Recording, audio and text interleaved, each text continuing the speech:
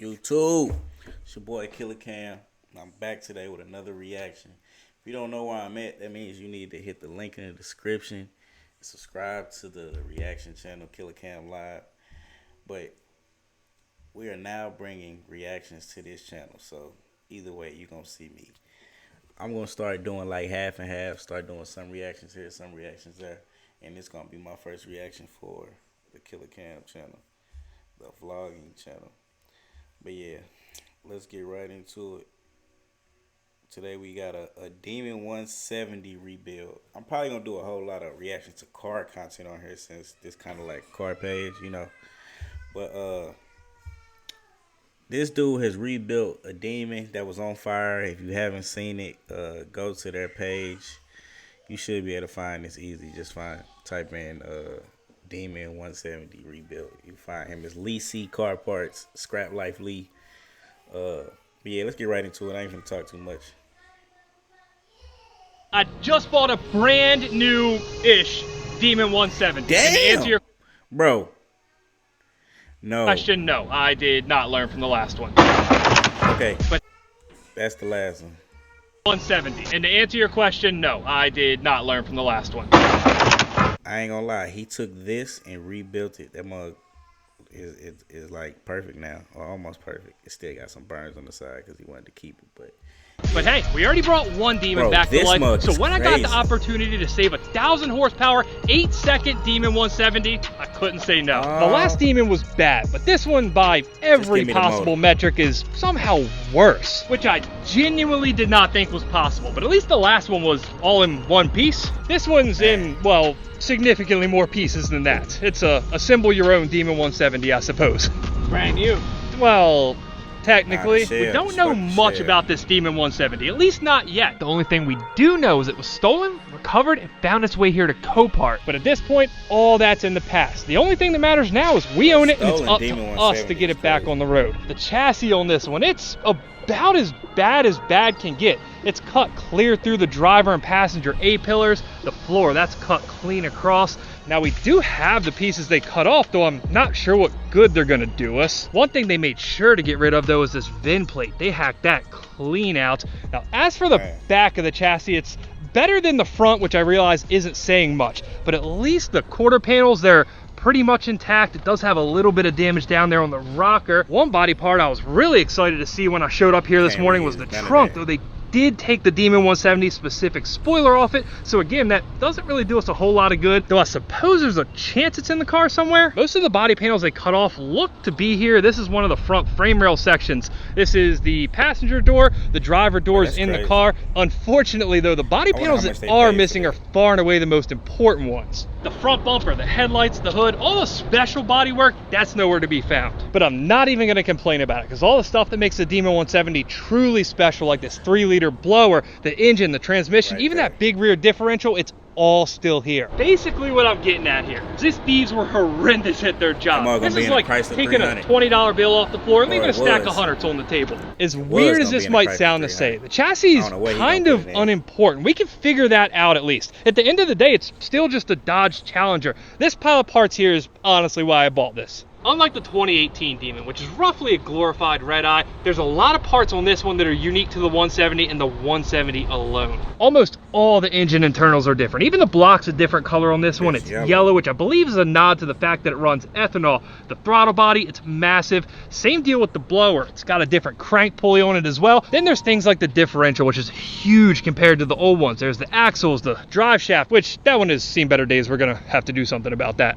Performance aside though, it's truly impressive when it comes to this 170, which has had just a terribly hard start to life, is it looks, keyword looks, like this engine survived without any major damage. In fact, the only thing I can see is a broken tensioner, a chipped up crank pulley, and frankly, not much else. Being that I bought this thing before I ever laid eyes on it in person, that's a massive win that I didn't expect. And then there's things like the Demon 170 specific gauge cluster, which, yes, it probably has water damage, but maybe we can fix it. One thing we got that I'm so incredibly happy to have is the serial numbered Demon badge. It's number 32. It's one of the first ever to come off the line. This is one thing I was never able to source for my Demon, and it still to this day feels like it's missing a part of Demon history. So yeah, maybe it's hacked in half and it came with one single Hellcat seat that definitely didn't come from this car, which I suppose means they were moving through a lot of Hellcats in this chop shop. But I was able to pick up everything you see here for 20 grand flat, which is $176,000 less than the insurance company paid out on it. Personally, I think the engine's worth that alone, so the fact that there's just parts on parts buried inside the car,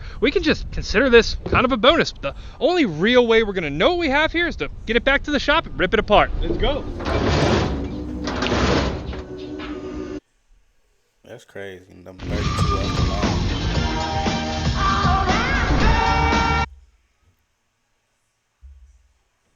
The new 2020. Come on, man.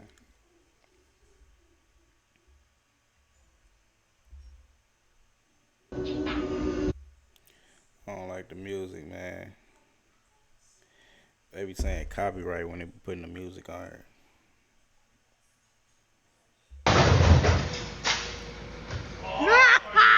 But did he hit at the top? Oh, he hit the fork at the top. I get it a 4K. Man, he shouldn't even brought that in there. Well, I guess they need some of them parts though. Woo! Someone definitely lowered this door. They be doing all shit in this shop, man.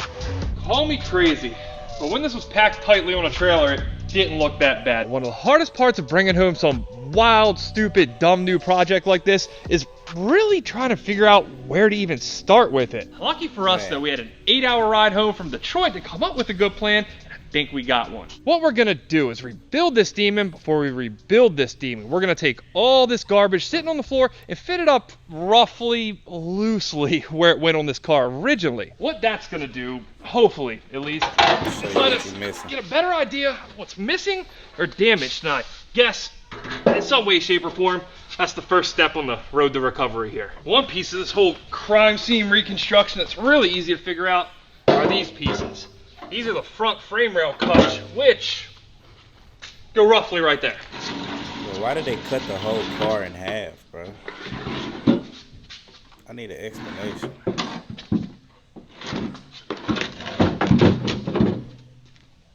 More or less the right place. 20 grand for the Demon 170.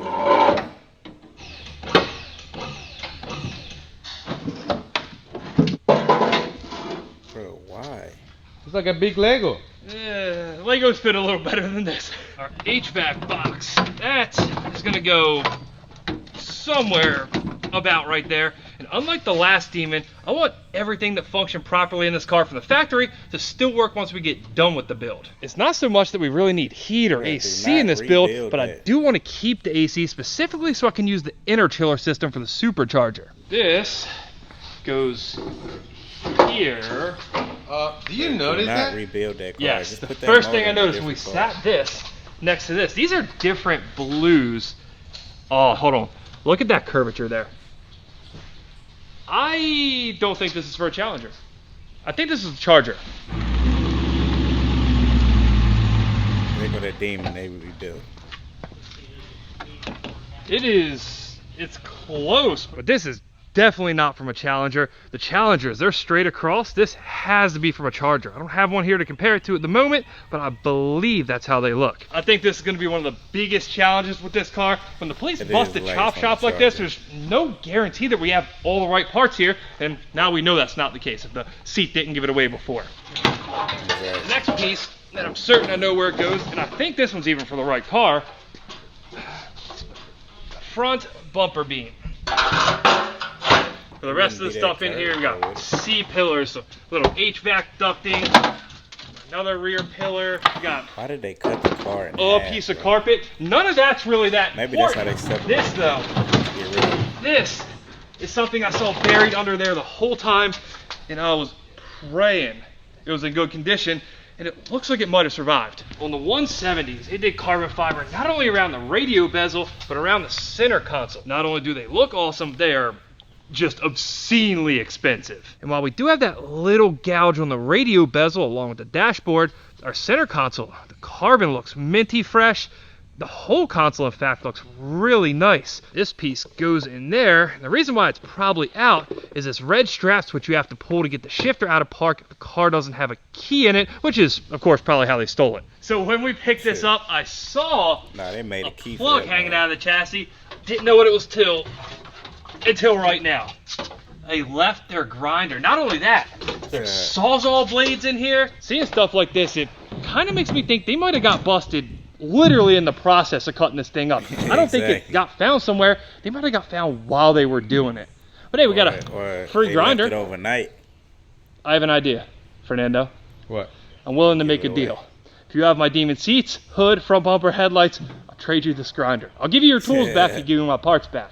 Fair deal? Fair deal. Fair for everybody involved. Sounds good. Especially considering where the grinder was and the fact that there's a half-done cut through the floor here. I really think they got caught while they were doing it. Definitely. And at the same time, they tried to cut it right here. So 2 failed cuts halfway through the car. Obviously, we're just guessing here. This is all speculation. But if they did get caught halfway through doing it, our engine could have been minutes from being gone. That would have been, well, we wouldn't have owned it if the engine was gone. Either way, we got the brake pedal. They left this, which, Fernando, honest opinion, does that look like it's ever been touched? Looks brand new. Brand new. And that's not exaggeration. I mean it. It looks like nobody's ever put their foot on this. This is our rear panel. You know somebody put their foot on the more glass that I think came out on the ride home. We got our dome lights. Yeah, that's about right. What else? AC lines. Yeah, I think, this is the valve for our interchiller system. We got a curtain airbag, bring that out through the back. We also have our brake booster here. Hey, when you rebuild that mug, you want me to throw some stars in the roof? Tap in, man. I got you. You look concerning.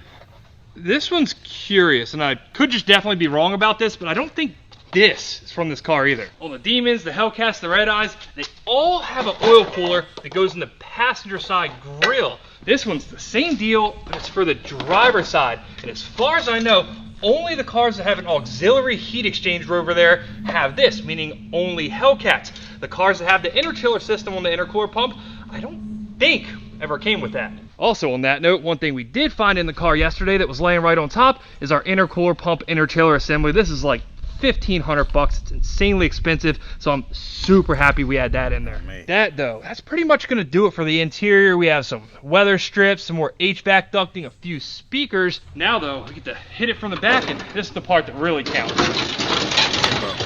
This. Brake lines that run all the way to the rear of the car. These are the same as every other Challenger, so I'm not too concerned about having those. They're all bent up anyway. An AC line, we'll hold on to that. We have another curtain airbag. Nice of them to leave these though. They're not VIN'd and these are super high demand, so I'm surprised they didn't sell that. Those are what, $300-400 each on eBay? And you got 2, right? Dose. Having all that stuff, it's nice, it's great, don't get me wrong. But what's really gonna make this project a challenge is the electrical system. Maybe I'm just scarred from the last one, but I do have a sneaking suspicion that that's what we're gonna be fighting here. Man. Porsche St. Louis now has 2 locations to serve you. Introducing the all-new factory off. I ain't gonna hold you. I would just throw it in a this 300. Clearly had to come from another car. Charger. Ours is up there in the dashboard. I don't know what we're gonna do with this. I guess we'll run some part numbers on it and try to figure out what it's for. That being from a different car, it's not the biggest deal being that we have the right one. This though, if this is from a different car, it's our main body harness, or at least it looks to be. This is from a different car. It's not gonna be good. What we're looking for here is anything, absolutely anything, to let us know that this is from a Demon, whether it be through part numbers, though my concern there is this stuff's so new that it might not be in Dodge's system, at least what we can find online. We just need to know this is original to the car. This is our suspension controller, they all have that. This is our rear battery tray, not that this is evidence or anything, but it does look brand new, which fits for this car. I don't know if there's anything Demon specific in the fuse layout. At least one thing we can be sure of, it looks like it's a dual fuel pump car, so it means even if this isn't for the Demon, it'd have to be for like a Red Eye. And let's see, Yeah, there's our dual fuel pump modules, so that backs that up. I know this doesn't necessarily help us answer our question, but we do have the front engine bay section of the harness and the back section of the harness. So assuming it is from the right car, we've got the dash, we've got the engine, we got the front, we got the back. We should have the entire wiring system out of the car. From a module or a specific identifiable connector standpoint, there's nothing. Absolutely nothing. So we're gonna just have to start Googling part numbers off the thing and hope we get lucky. This is the first tag I found on the rear harness. When you Google that, nothing comes up at all. This would be our big ECU connector, which is something we don't have. The ECU, the body control module, that's nowhere to be found. At this point, we've looked over essentially every inch. Wow, damn. They This took harness, the ECU. I've ran the part numbers. I couldn't find anything except that the front harness was for 2023 Challenger. But we got Luke on the phone here from Steve White Motors. He helped out a ton with the last Demon build, and he confirmed that. Yeah, both the harnesses that we just talked about, the part numbers that you gave me, the last one was 5036151 Alpha Charlie, and based on the serial number of the vehicle that you have, that is the correct harness for that vehicle. That is a massive, massive help. That's going to make putting this thing together a lot easier, because if we needed to order that harness, he said they're no longer available, period. There's none of them. That's at least one thing that could have led to a major delays when it comes to rebuilding this thing that we're not going to have to worry about. That's the good news. The bad news, though, is I was hoping to find a little bit more when we pulled the wiring harnesses out. I was hoping maybe, I don't know, the ECU, the body control module, all that stuff would have been under there. Instead, we just get a glove box. It does have the last 8 of the VIN number on it, so I think, even though it might not be in the best shape, we're going to hold on to all that stuff because it's proper, it matches the car. I don't really know that the whole numbers matching thing is going to apply to this car when we're done, but I don't know. I think it's kind of cool. We've got the rear parcel shelf. We don't need that. We have another one that's mint condition. This is a front seat belt, I think, which yeah, he does probably have a lot of if they're challenge from this parts. car, and I think they are. That's a massive win. They are not cheap. You can't just go get a Challenger seatbelt. Demon 170, bro. This is crazy. Top of the top of the top. I'll They just pull chopped right it up. about now that we the full idea what's missing on this thing. And as far as the body's concerned, it's everything. Literally everything. On the interior, while we do have some of the most important stuff, now that we pieced it back together, you can see just how far they stripped it down. The rear end, that's not much better. We're missing everything. Tail light, bumpers, fender flares. We do have the trunk, but it's all jacked up, and at this point, it's probably good for not much more than using as a chalkboard to keep track of what we need to source. And I know everything I just said sounds like terrible news, but I spoke with our guy Luke for like an hour yesterday, and 99.9% of the parts we need to get this thing back on the road, I can still buy them straight from Dodge. Except, of course, the chassis. The frame of the car, that's one thing we can't get from Dodge. I was hopeful that they were Get still one of producing those, the body man. in whites that I was just finna say that. They selling those. But I guess we finna see what he got to say. one thing we can't get from Dodge. I was hopeful that they were still producing the body in whites that I saw at SEMA a few years back, but it turns out when the production of the Challengers ended, they stopped making those too. And Damn, man. That would have been like the perfect. I know it won't have the Demon VIN. That would have been the perfect, you know what I'm saying, for their setup. on the last Demon, we rebuilt the chassis. Because that's I don't know what he gonna try to do. That's not gonna work. You can't rebuild that. You can, even if you did, you shouldn't. In all honesty, had no business being rebuilt, but given that this one's cut through every major structural area, I just don't think it's a good idea. I genuinely think the only way to safely rebuild this car is to reshell it. And to find our perfect shelf, going right back to Copart, where they have everything from piles of parts like this Demon 170 to minty fresh stolen cars like the gray Hellcat, which we unfortunately can't use for this project, being that I have something else in the works for it. Maybe we find something lightly wrecked or even flooded. It just can't be cut in half. Now that we got the chassis sorted it. Did you know your skin? Sorted-ish. We can move on to the drivetrain, which looks even nicer than it did when we saw it at the auction lot. I guess I just assumed we were going to find all kinds of damage on this stuff. After all, it's been from the chop shop to the Detroit Police impound lot to the Copart and then to here. All while having been drug around, dropped, and presumably even flipped over at one point. And somehow, even having gone through all that, it looks like the only damage we suffered to this front suspension assembly is a cut ABS wire and a cut shock connector. The suspension itself's all perfectly fine. The calipers, they do have some cosmetic scratches, but I'm really not worried about stuff like that given the shape of the car. These we can easily refinish, we can powder coat them, we'll take care of that. But the control arms, even the tie rods, which I think would probably be the most likely thing to bend if it got dropped, they're perfectly fine.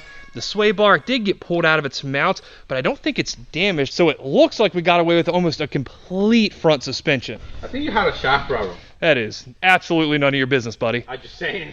Technically, he is right. We do have shaft problems. The CV joint on the end, that's just... Why they put a two-piece on the 170? Missing. That's now, crazy. I think all this damage came from towing and transport, though they do supposedly have issues with these braking just from normal drag racing use. Yeah. These Demon 170s, they do have much larger output flanges on the transmission and a much larger input flange on the diff, meaning these drive shafts are huge, they're thick, and they're specific to the 170. They have their own unique part number, but this does come with a downside. They are $4,000. Yeah, you're going $4 grand. And just so we can... The face that you just made behind the camera. When I saw that, honestly, I was sick. The thought of spending $4,000 for a drive shaft that might break the first time we take it to the track anyway, it just, no, just not doing it, can't do it. Luckily, though, Rip-A-Tune's making a carbon fiber option. It's still $3,500, but I'll take a $3,500 drive shaft that probably won't break versus this that definitely, most certainly will break the way we're going to use it. Two-piece on a Demon is crazy. Oh my god. That is heavy. Definitely heavier than a stock Hellcat one, which supposedly that carbon fiber drive shaft we're about to order saves like 25 pounds as well. Now that we got that out of the way though, the diff spins like it should. There is some play in it. I don't think that's too abnormal though. The only other major, or at least costly damage we have to account for here is the struts. Those guys, they ain't too straight either. Ew. Just like our drive shaft, I think he's just got beat up for getting tossed around in the tow lot. One thing I did find kind of cool in these, I don't know why they did it exactly, but in addition to the part number, they have the last 8 of the VIN on the plastic that goes above the strut too. I don't know if this was Dodge's attempt at trying to track stolen parts on these newer cars. Regardless, at the very least, it's going to make for a lot of cool souvenirs to come from the car. And speaking of cool, check out the direct connection logo on the back of the diff cover. Now, I know they did use that logo on a few different parts of this car instead of the Dima logo like the 2018. One place I found it a little weird though, the headlights. There's a light up direct connection logo inside the headlights. It's also going to be one of the hardest parts to obtain for this build, and it's also probably a really easy way of identifying stolen headlights. So if any of you guys happen to see a set of direct connection logo headlights, just let me know. I have a grinder I'll trade somebody for it. That aside, back here on the rear, there's really not much damage. The wiring harness, the connector's busted off of it.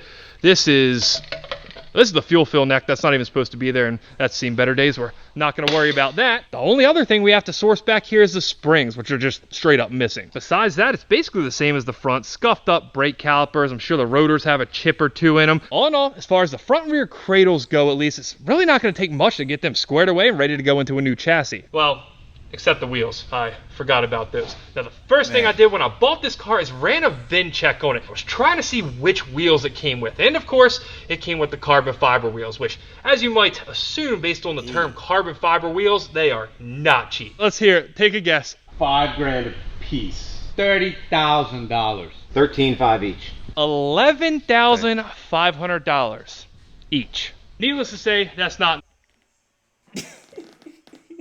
Bro, no way. $5 grand. Based on the term carbon fiber wheels, they are not cheap. Let's hear it. Take. Bro, where is that option? Fiber, 2-piece, 11,000, 12. Bro, here you go. The option. You say 11,000 though.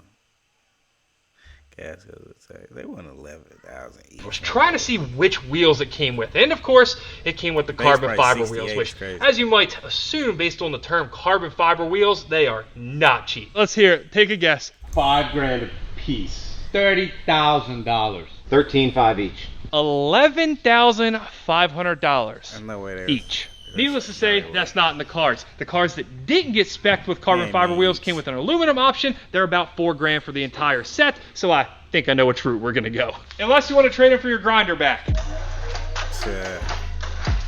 Yeah, whoever got them wheels, them was them bitches sold. They sold. Building your online business?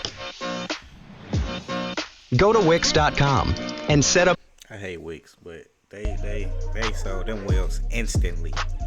Or they on a 300. I'm not sure that it's technically possible for a project that looks like this to go downhill, but if it is, this is where it might happen. At least this far, I've kind of just went along assuming that we got a... I think I'm gonna look it up and look up Detroit Chop Shop busted. The engine here. Yeah, we know there's tons of little damage on the tensioner, the crank pulley. In fact, every pulley has at least one chip in it, so we're probably gonna need to replace all of them. One piece we're definitely gonna have to replace is the oil cooler. This definitely got drugged maybe under the engine at some point. The line section got ripped clear off it. The lines themselves, they're jacked up, so this is essentially just trash at this point.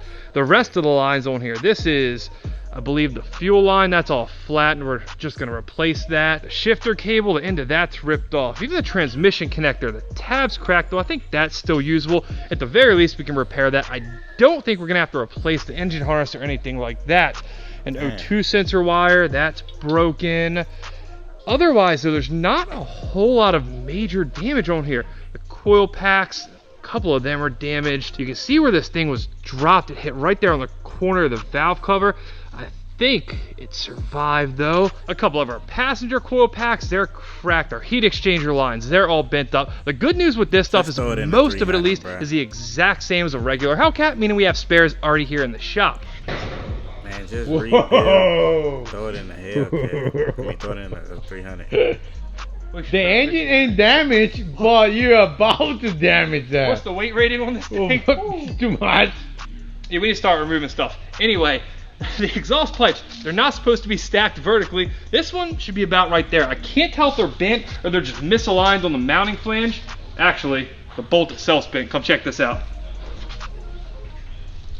Oh.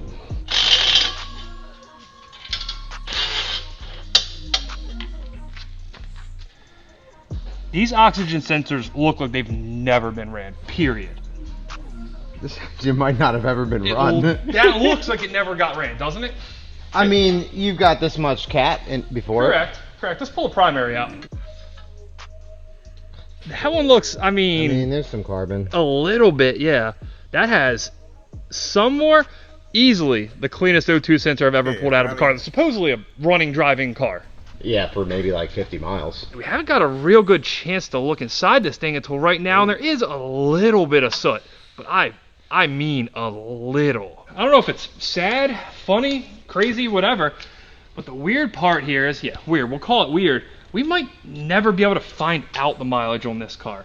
I have one idea that we're gonna try after we do a little more work to the engine here, but if that doesn't work, we're simply not gonna know. I ran a VIN check on it.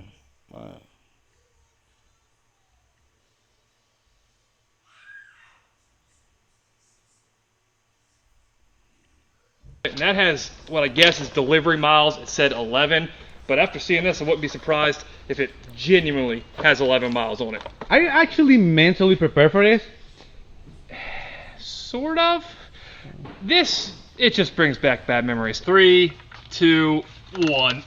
Oh. Last Demon, it was full of water, but we kind of knew that one's going to be jacked up. This one, it shouldn't be. There's no good reason it would be, but it did sit outside for a while. The throttle body was exposed. Luckily, the oil cat was still on. There was nothing wide open for rain or other water to get into, but you never know, and that is terrifying on something like this. Now, I already checked the dipstick at the lot. I didn't see any water, but the thought of gallons of water pouring out of your Demon engine just never really goes away.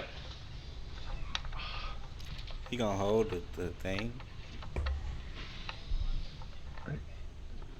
Oh, that's the right stuff. That's the good stuff there. Oh, we are fine. Look at that. Just like those O2 sensors too. Brand new. Brand new. Wow. So not only is this not full of water, as I was saying, I knew he was going to do that. it looks brand new. This is the point I'm fully confident in saying I'm super happy with the car we just bought. More so with the engine. We just bought the car. Well, it's not a car. Is it me or looks like green? So in the pan, it does look kind of green. I think that's because the engine wasn't fully broken in. They may have even ran E85 or ethanol through it. And if you've ever ran a fresh engine, especially a race engine like this, sometimes it can get a little bit of fuel in the oil and look exactly like this. And I guess while we're under here, it'd be dumb to not check the transmission fluid, which, unfortunately, the transmission oil pan, this one's caved in pretty good. The engine oil pan, this survived because it's cast aluminum. This is that really thin sheet, so we are going to have to replace that.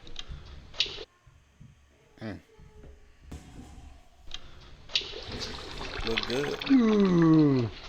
I had honestly thought, wow. And I haven't changed an HP one of these gear oil before. I thought it was going to be the red stuff like you see in GMs. That looks brand new. It all does. At this point, we've said that looks brand new to practically everything on this. Put your guesses in the comments right now. How many miles do you think this has based on what we've seen so far? I'm going with, I think like 50. I don't know. 100. When we first picked the thing up, I said less than 1,000. Now I think it's less than 100. My guess would be 163. Green, slow viscosity, smells bad. ZF 8-speed fluid. It's like, Bueno or no bueno? It's good. It's basically brand new. It's got like 32 miles on it. It's like $25 a quart though. Ooh. 25. I should have drained into a clean pay. We should have saved this shit. Now we got to try to get some answers. I want to know how many miles are on the thing bad. And the only way I can think to do that is to try to plug this gauge cluster into the other Demon. That's 100% possible that the mileage isn't even stored in the gauge cluster. It could be in like the BCM or something. But hey, I think it's worth a shot.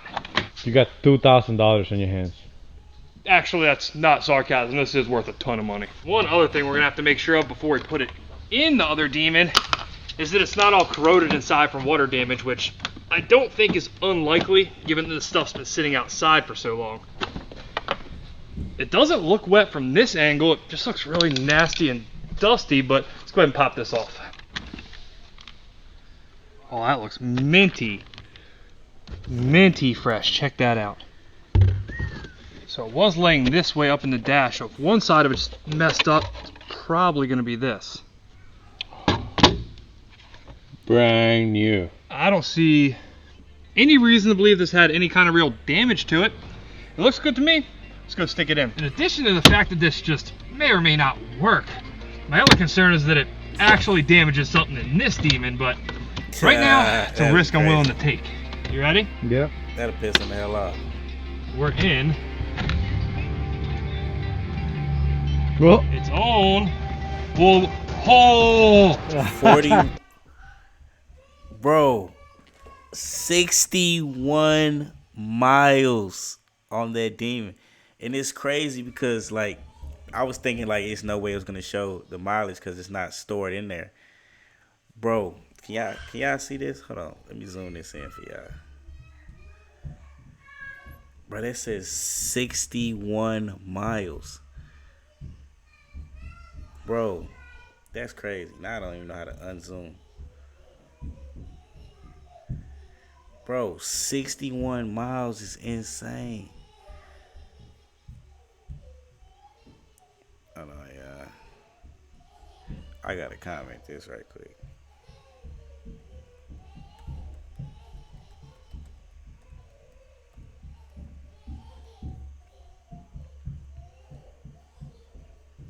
But yeah, here's the page right here. Scrap Life Lee.